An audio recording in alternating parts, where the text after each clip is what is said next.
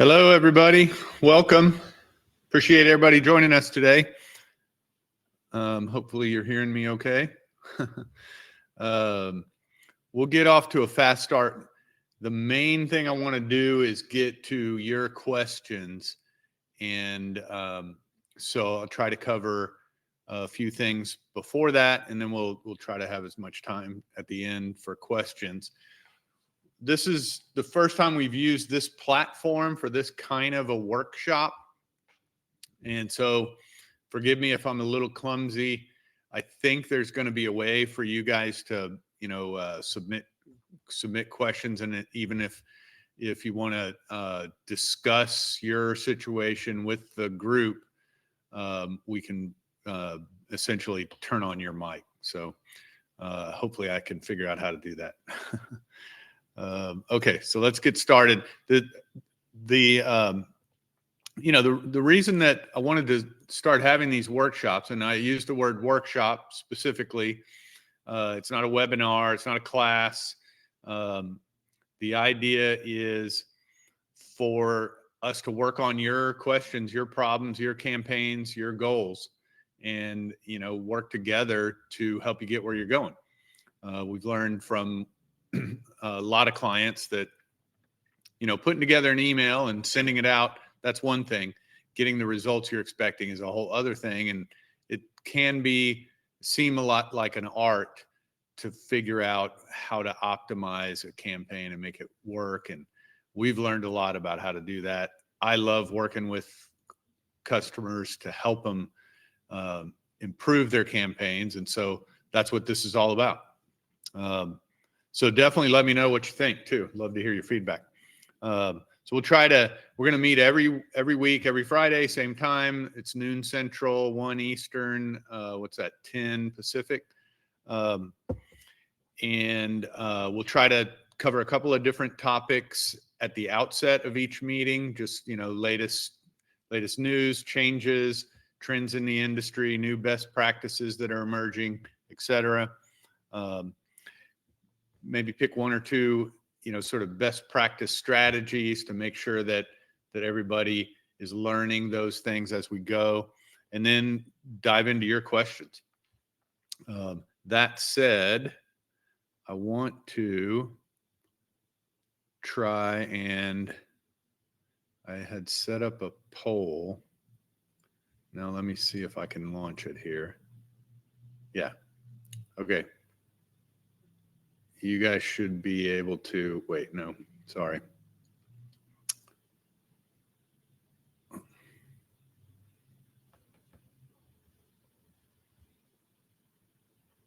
Oh man, sorry guys. I set up a poll to try and learn a thing or two from you, and now I just can't figure out how to turn it on so you can see it. Well, all right, we're not going to bother with that. If there's something specific that you really want us to address today, just type it in the chat. Brent and Gina on our team are both in the meeting here, and they'll be keeping an eye on that, and as will I. And if there's just specific questions about the content I'm covering, feel free to type that in the chat too, and we'll just try to address them as your questions come in. Okay. Sorry about the poll failure. Today, what I want to cover is the new authentication requirements that Google and Yahoo are emphasizing now. And it's really kind of, people that have had the same campaign running for, their new signups or whatever for years, they're seeing the results that they're getting change. Let's see. Sorry, guys. It looks like you're not. Okay, now you should be seeing this agenda. So we want to talk about that. What does it mean? How do you set it up? How do you make sure yours is set up properly? All of that. I want to also bring up a few things, some tips and tricks about managing the engagement of your list, because that's also something that has become more important to the Googles and the Outlooks and the big ISPs, and you need to be aware of it. And there's some pretty simple things you can do to manage that. And then we'll talk about just some common mistakes that I see people making a lot, just what not to do and best practices. And then, like I said before, we'll get into your questions. Okay, so on the email authentication, I put a couple of links here. Here's a link to a blog on our site that gives you a little background, and a link to a help article on our site that really gets into the technical of how you set it up, especially if you're a Sales Nexus customer. If you're not a Sales Nexus customer, the basic process is the same, but whatever email system you're using will have a different interface that allows you to set those things up. But for everybody, the big change is, there's things called DKIM, SPF, and DMARC. DKIM stands for Domain Key. I don't even know what it stands for, but and SPF and DMARC, I couldn't even tell you what they stand for. But essentially, they're all ways that have been around for a long time for you to authenticate your email so that when a mail server is receiving it, they know who sent it, And so in email marketing, when, your domain is mycompany.com, for instance, right? Well, when your emails are sent by another mail server, the email marketing tools server, that's a different IP address than the actual mail server that receives mail for mycompany.com, your mail server, in other words. And so that can look like, like what they would call a spoofing scam, right? Where somebody's sending email that looks like it comes from you, but it's not really you, right? And that's why spam filters kind of get freaked out by that. And DKIM, SPF, and DMARC are part of how they figure out, hey, is this legit or is it a scam, right? So they've been around for a long time. Nothing new about them, except that Google and Yahoo announced that, I think it was at the beginning of February, they officially changed their algorithms so that they're going to start, if you don't have those things set up properly, you're much more likely to end up in the spam box or in the junk folder. So you got to make sure you got them set up. This is a tool, MX Toolbox. Let me see if I can pull that up. Yeah, you guys are seeing that. So you can just type in your domain and do DMARC lookup. It's totally free. And it'll come back and tell you, is my DMARC set up properly? So in this case, we're all good, right? If it's not set up properly, you'll get some red X's and things like that. And down here, you have more tools, some explanation, how to fix it, etc. MX Toolbox is a good tool to use. You can use it the same way for checking your DKIM and checking your SPF as well as the DMARC. So check it. If you see that it's not set up properly, see if MX Toolbox can kind of guide you toward fixing it. In order to set all these things up, you have to log on to your DNS. So like if you're using GoDaddy or something like that, you have to log on to your GoDaddy account and, adjust the DNS settings, which for some people that can be a little bit of, whoa, too technical for me. Get your webmaster or your IT guy to help you with it. But it shouldn't be a big project. It should be 30 minutes to fix it up. So don't let it turn into a big problem, but make sure that you check it and get it fixed, because it definitely is at this point affecting your delivery. Okay, so go back to the slide.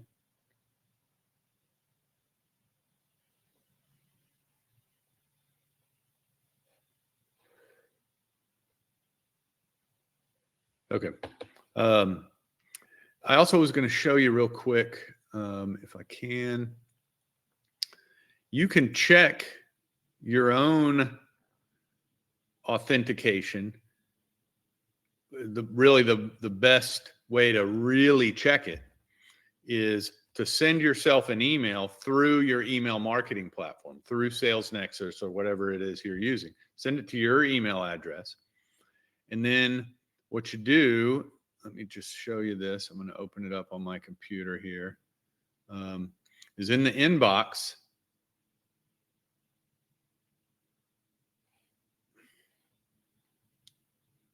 Sorry, guys, I'm having trouble figuring out how to drag this over here. Okay, so now you should be seeing my inbox. So when in your inbox, here's an email I sent myself earlier, right? So if I go, in most email programs, there's just some kind of a more type of button or the 3 dots like you see here. And like in my mail program, I can do view headers. And when you do that, it gives you this,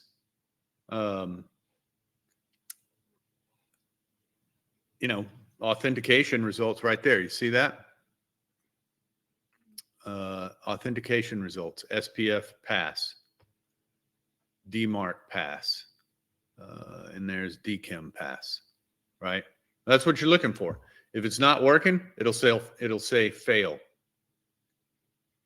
Or sometimes you'll see something like none or no result or something like that. If you don't see pass, then you got a problem. Let's see. I think I have Gmail up to. Same idea with Gmail. You can open up that, hit the 3 dots or hit view headers or more or whatever in your inbox. And, same thing, authentication results, SPF pass. That's what you're looking for. And really, that's the best way to really check that everything's good to go. Okay, so make sure that you're on top of that. If we can help you with that, feel free to reach out. Happy to do it. I'll tell you about some options we have there later. All right. And then in terms of engagement, essentially when people say engagement, there's a lot of aspects of it, but from an email marketing point of view, essentially you're talking about out of the 10,000 people you sent the email to, how many opened it and how many clicked on it. Those people are engaged, right? They're paying attention to your emails. So if you keep sending to someone who is not engaged, in other words, you keep sending to someone that never opens or clicks on any of your emails, Google and Outlook and all the ISPs that are really in control of what goes to the junk folder, they are going to see that, and they're going to start sending more of your emails to junk because they see what you're doing is you're just sending the emails out to the same list over and over again without paying attention to who's interested, right? And that's a metric that they're measuring, engagement, they call it. They're using AI for that, so it's impossible to know exactly what the equation is, but it's important to keep your eye on it. When you have a lot of customers on your list, customers or subscribers, whatever, that are not engaged, haven't looked at your emails, haven't opened or clicked in months and months and months, or after a lot of emails, then you need to just take them off your list. And that's a hard thing for a lot of people to do, because you spent some money to get them to your site and get those conversions, and they've been on your list for years possibly. And it's taking them all off your list makes your list smaller. Oh no, that's not a good thing, right? But it is actually, because if you don't take them off the list, the other customers that are still on your list that are engaged, the emails you send to them are going to start going to spam. So if you have 10,000 people on your list and 2,000 of them are unengaged, then it's easy to sit there and go, well, if my list is only 8,000 now and my typical open rate is 30%, well, I'm going to get less opens. But that's not actually true. Your open rate should go up by removing the unengaged people from your list. So make sure and keep track of that. People that just aren't looking at your emails should not be getting your emails. That's the bottom line. And let me show you, like in Sales Nexus, you can set up little dashboards to keep your eye on all that, right? Like here's a graph of contacts and when the last time they opened an email is. So I got some here on my list, it's been a while, right? And we send out a considerable amount of emails. So if they haven't opened anything in a year, then they probably need to come off the list. Same thing with clicks, maybe they're opening them all, but they're never clicking, they're never taking any action. Then what good are you really doing by continuing to show up in their inbox? It may not be that much. Depends on the objective of your email, of course. But so you can keep track of when they've opened last and when they've clicked. If you're a Sales Nexus customer, there's 2 fields you can use, and you can set up your own lookups and dashboards and whatever. There's open date and click date, and that's always the last time they did either one of those things. You can also cleanse your list. Again, if you're a Sales Nexus customer, that's built into the system. You can go to settings and you can drill down into where you can cleanse your list. And the cleansing will come back and it'll give you all this data about your list. So verified means that's a valid email. It's live, it's active, it's good. Catch-all is kind of the next best thing, I guess. I don't want to spend too much time on exactly what that means, but it means that the email address will be delivered successfully. That's the short version of that story. Undeliverable means it's a bad email. Don't send to it, because that's the other way to get all your emails into junk, right? Is sending to a whole bunch of bad emails. Google will see that and go, well, if you're sending to all these old emails that aren't even valid, then the odds that the people that you're sending to that are valid actually want to see your email is very low. So I'm going to send you a spam. But you also get this other data, complainers. That's people that the cleansing system that we use knows often mark email as spam. So they're kind of risky to send to. It's probably worth taking them off your list. Spam traps, same thing. If you send to that spam trap, that's a signal to Google and Outlook and everybody else that this is probably spam. Disposable email, that's like an info ad or a sales ad, that kind of stuff. Malformed, that means it's probably just a typo. Instead of gmail.com, it's gamil.com. They just misspelled Gmail, but you can cleanse your list and you can remove the problem emails from your list with just a couple of clicks. In Sales Nexus, you can do it. There's services that you can find if you're not using Sales Nexus, and it's pretty affordable. It'll be, a couple of cents per record. So, and then finally, here's a little graph that I have that is my main thing. Here's 1,200 people that we probably need to take off our list, right, in the next couple of months, because it's been about a year since they've interacted with any of our emails.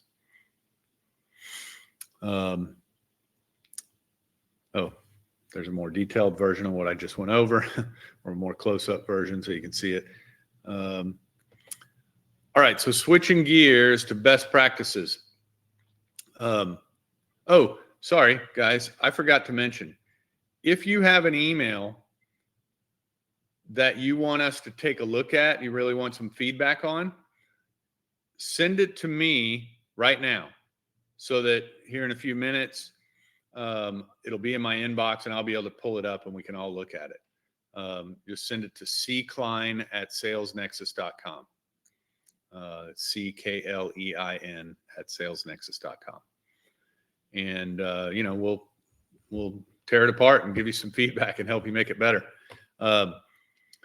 So in terms of best practices, one of the number one things I see people doing is they just load up their emails with really just too much information, and more importantly, too many links.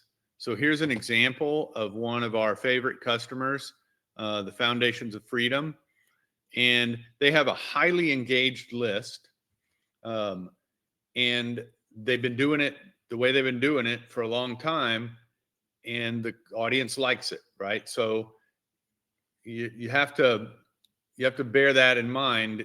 You do what your audience responds to at the end of the day. But especially when you're sending to a new list, you're working on engaging a new list, right? Or new subscribers, etc. Usually less is more, right? A lot to read, you can see all the little underlines here in this email. Those are all links, hyperlinks. And so you're just sending the customer in a lot of different places, right? So at the end of the day, it's going to be really hard to track how did this email perform, right? Because you're sending them so many different places. How do you know, where did they convert and where did they not? Unless you have a really elaborate tracking system, you're probably going to lose the thread there. But more importantly, from a spam filter, from a technical point of view, they're looking at all of that in that email, in the kind of the HTML of the email, and they're seeing, oh man, there's so many different domains and websites being referenced in all this HTML. That just looks scary to a spam filter, because it could be spam, or not spam, but scam stuff, right? One of those links in there might be some, honeypot type of scam, right? Where they're going to collect your IP address and use it to do something nefarious or whatever, right? So from a spam filter point of view, for sure, less links is more. So in Foundations of Freedom's case, what we did was we helped them rewrite the email to simplify it for the reader, first of all, but also just narrow it down to a couple of links, right? There's one link to their main site and one button with a call to action, and that's it. All right. So definitely try to link to one thing. That's the goal, really, in your email. You got one call to action. Focus the email on getting them to do that, and don't be sending them 10 other places. Yeah. Okay. Here's my email in case anybody missed it before. If you have an email or anything that you want us to take a look at today, send it over. And that way it'll be in my inbox and I'll be able to pull it up. Let's see. Sorry, guys. Let me go back.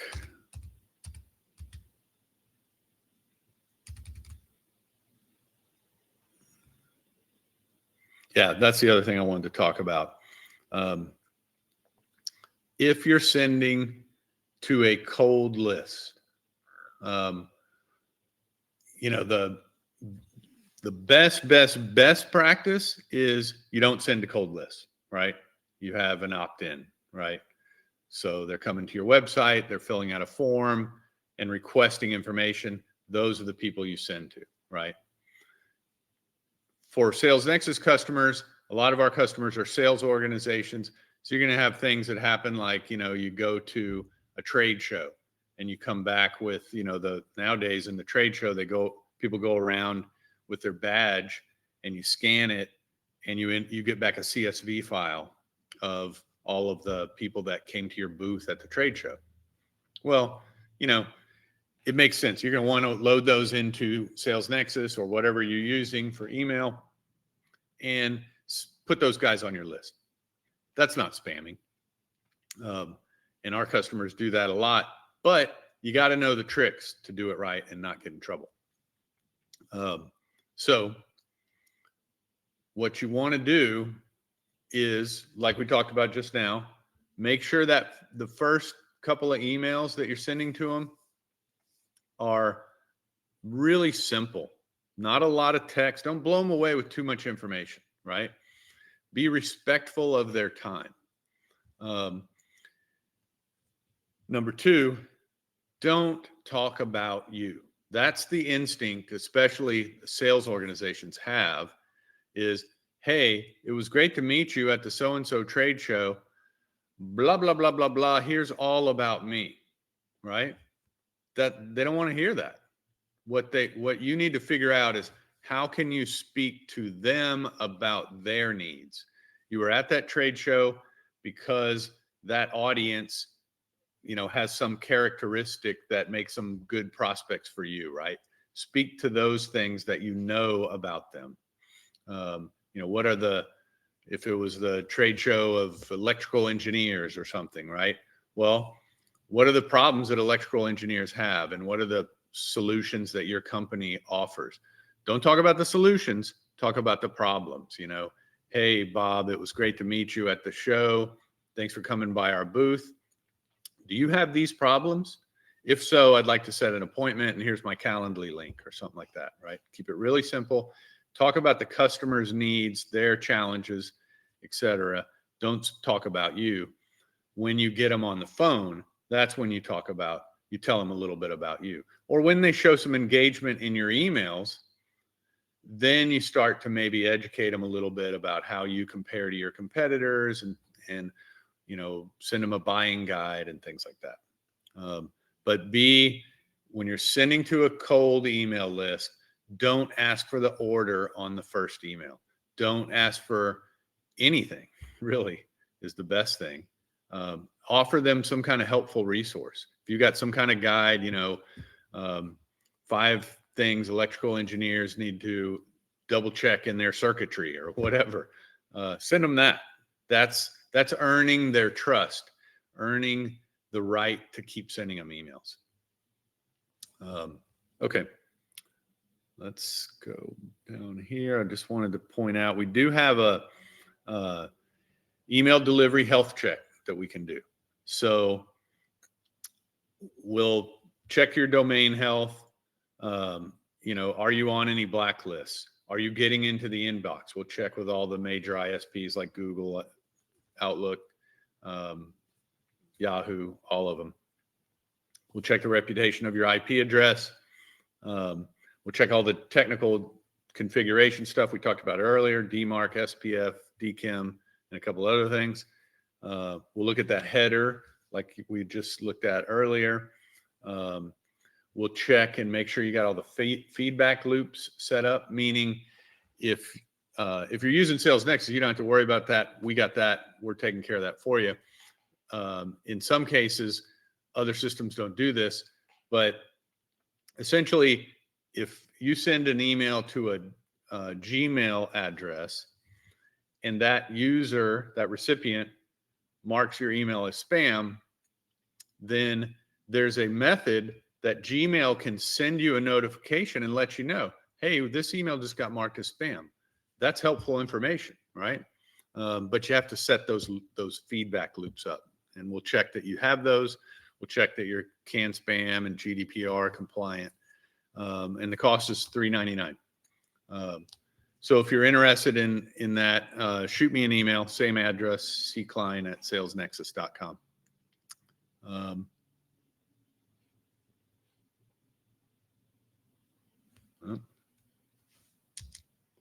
I'm not able to move to the next slide for some reason. Let's see. Matt is asking about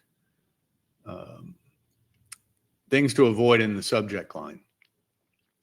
We have a blog post that we did a long time ago, but it's still very relevant. Brent, maybe if you can find it, I think if you search for Sales Nexus spam words or something like that, it'll come up. But that lists a whole bunch of words to not use in your subject line. But really, the subject line is just all about getting attention, so I like, number one, it should be short, because a lot of people will open that email on their mobile device and they just don't see a lot of text there. Yeah, there's a link that Brent just put in the chat. Thanks, Brent. Yeah, so you got to make it really short. Make them curious, right? Like all you're trying to do is get them to open the email, right? You're not trying to make the sale in the email. You're not trying, if you want them to watch your video, don't try to say that in the subject line, right? What is the video about, and what's the problem that your customer has that the video is helpful for? Try to echo that in the subject line. And also just kind of be funny if you can, and sort of, I don't know the right way to say it, off balance a little bit. Like, in other words, what I've seen work really well is just kind of random subject lines that sort of don't make sense, but one or two of the words are kind of, in the universe of what your customers care about. And it just makes them go, huh, what's this about? Right. And therefore they open the email. That works pretty well. But just keep it short. That's the main thing. And remember, it's not about you. It's about the customer. Don't tell them what you sell. Tell them what you fix for them. Tell them how their life's going to be better, right? Hopefully that was helpful, Matt. Let's see. I'm going to check here real quick if I can.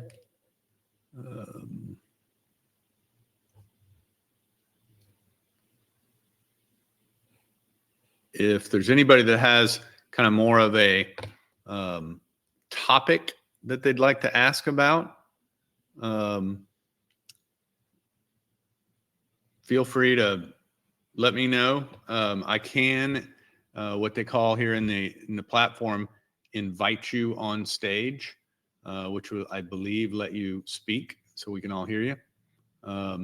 Let's see, David's asking, is it ill-advised to include several links even if they are linked pages on your domain?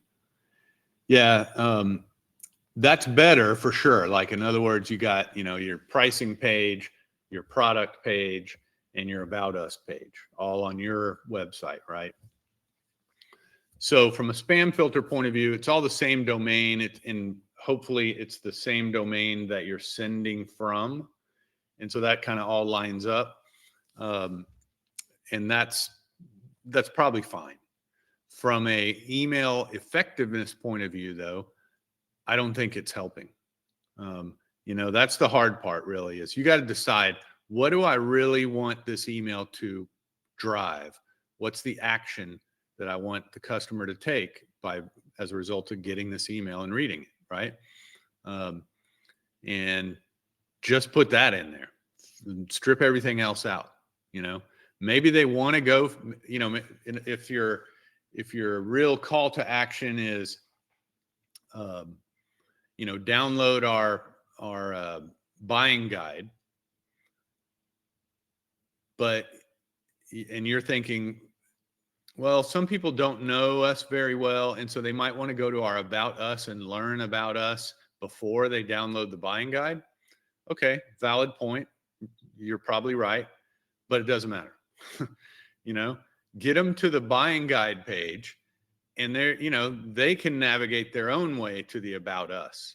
But the odds are, if you just send them to the buying guide page, they're just going to go ahead and get the buying guide while they're there, and then they'll go look at the About Us, right? By giving them the About Us to look at, you're just giving them distractions. Let's see. Nancy, is there a way to embed video, not a link, in the body of the email? Not really. I mean, that's something that kind of became a thing several years ago. And I don't know, maybe there's still some systems that do that. But it's just not advisable for a lot of reasons. The biggest one being, the video is just a lot, right? It's a lot of code. where you're hosting the video is a big variable. Now you got other links to other stuff, and it really makes the HTML of your email look just kind of mind-blowing. I don't know what a spam filter feels about that, but it can't be good. That's my thinking. But my best practice is, if let's say you have your videos hosted on something like YouTube, right? Well, what you want to do ideally is you want to have a web page on your website, your domain, with the video embedded in that page.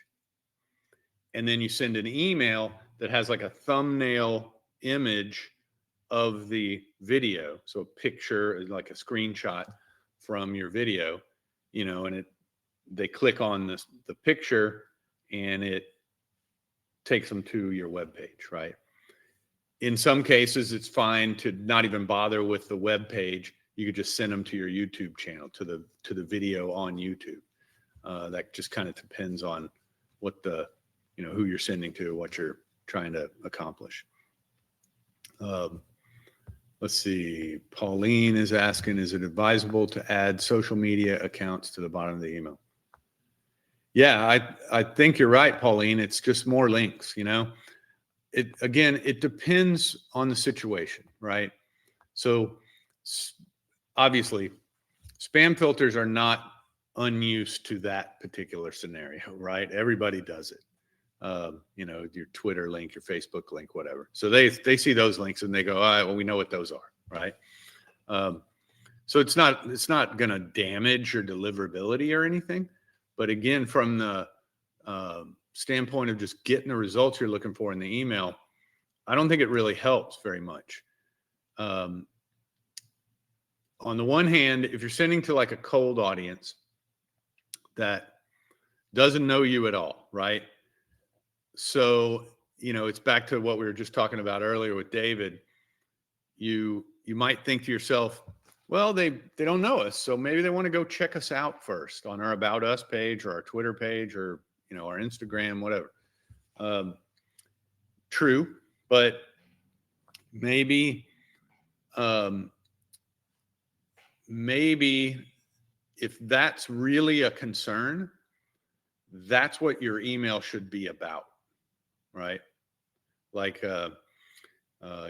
just, I don't know if this applies to you or not, Pauline, of course, but just a random example. I'm sending to a list of people that I know, they're in my industry. They were at the big trade show. In order, everybody in our industry has a vendor that does what we do. And so it's not a question of whether or not they need it. It's a question of which vendor they choose, right? One of those scenarios. And so you're kind of assuming they just don't know who you are. They have some other bigger, the big brand name vendor. And so you want to kind of tell them, hey, here's who we are and why you might want to give us a chance, right? How we're different. What I would do is pick the big vendor, the big dominant player in your market, and create an email about them, right? What's wrong with them? What are the problems that most of their customers complain about that you address with your offering, right? Make the email about that, right? Because that's the problem you're solving for the customer, right? Let's see. Nancy's asking, a lot of prospects click on my social media links and then navigate to my website. I don't know if they see that these as safer links. Yeah, it's a good point. And if you're sending to, subscribers or customers, people that you already have a relationship with, it can make sense to even feature, like, have an email just about what's going on your Facebook group or something like that, right? I mean, that might make sense. It depends, but I don't think it's a big negative in any case. But if it's still, you ideally you're going to get the best results by focusing on one thing. Give them one thing to do, you know. Let's see.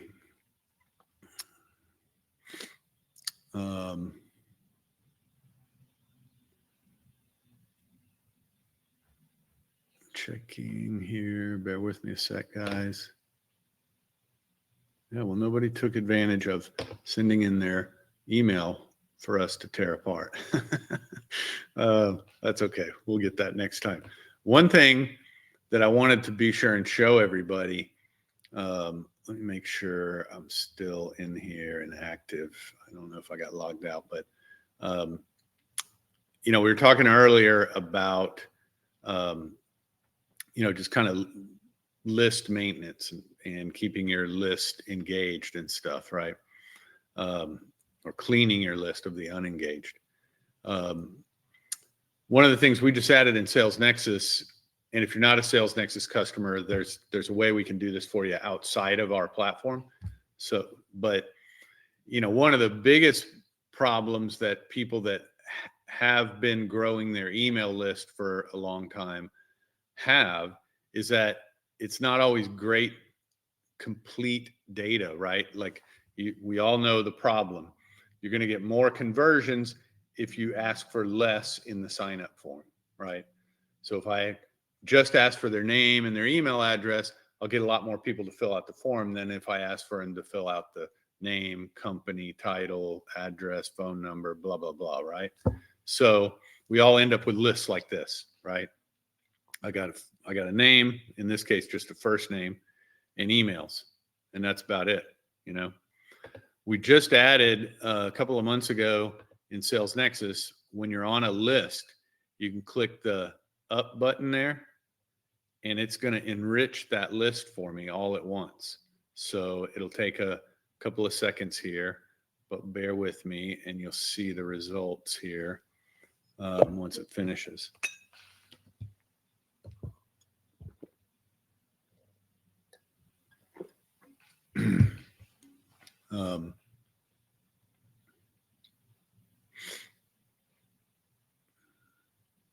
Yeah, so here it came back and it says out of 100 contacts in your list, it found 83. So now watch what happens. It's going to show me the results. So now instead of just having emails and first names, you can see I got companies and zip codes and mailing addresses. I got phone numbers. In a lot of cases, I'll have mobile phone numbers, etc. So let me go back to that view I was on. We'll see that better.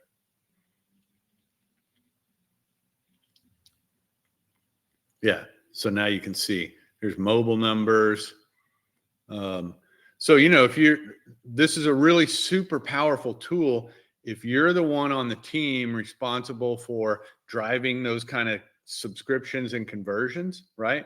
Because now you can narrow that form down to just give me your email. I don't care. Just, you know, I don't need your name, phone number, any of that, you know, which is a problem in most sales organizations, right? Because your salespeople are going to go, well, what am I going to do with an email? You know, I need a phone number. Well, now you can just get that email and then using the data enrichment in Sales Nexus, bring in all the additional data that your sales team's going to need. Or maybe, you know, you bring it in, you bring in the first conversion and you put them on your drip sequence. And then when they've clicked enough times, or, you know, they've done another conversion, or they watched a certain video or whatever, then you enrich the data, you mark it as sales qualified, and you hand it off to the salespeople, right? Okay, well, let's see. One thing that I would like to really ask everybody is for some feedback on the workshop. You know, for sure, what I really would like to get to, and I'm not sure that we've found the perfect platform for that. We'll keep working on that. But I would really like to get to the where we're really working on your campaigns. Show me the open and click rates that you got now, and show me your email, and let's just all talk about, hey, how can we punch this email so we can get more opens and clicks, right? Or show me your list, and how people are engaging or not engaging, or converting or not converting, and let's talk about a campaign strategy that might re-engage them or whatever. So I'd really like that to be what the workshop's about. We'll keep doing it. If nothing else, it's an opportunity to just come in and get some quick answers to questions. But let me know what we could do differently or better or more of or whatever, for sure. I'd love to hear your feedback. Let's see. Nancy's asking, what percentage is a good open click for a campaign? Depends, the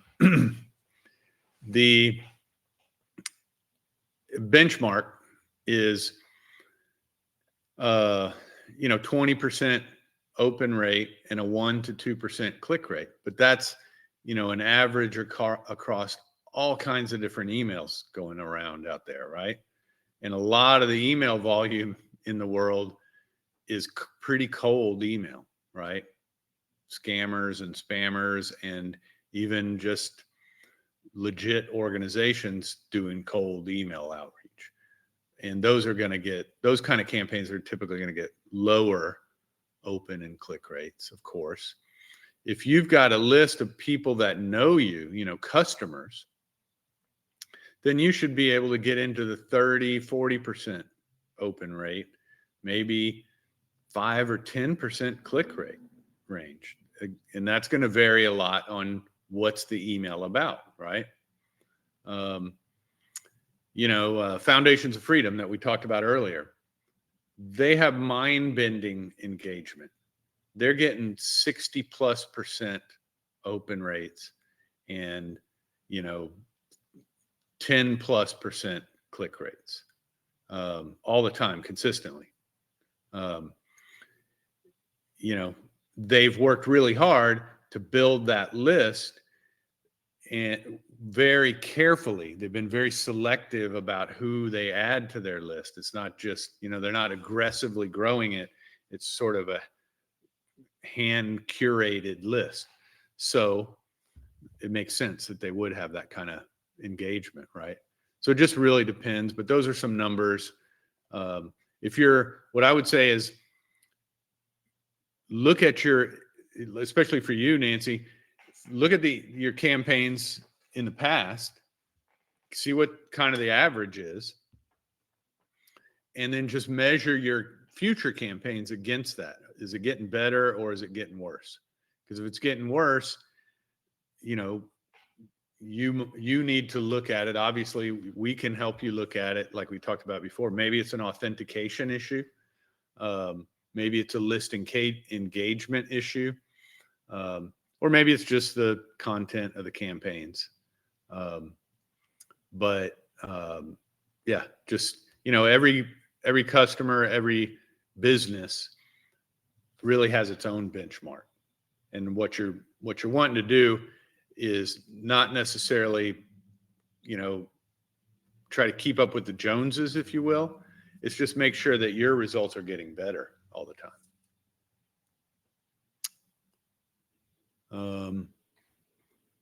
Okay, well,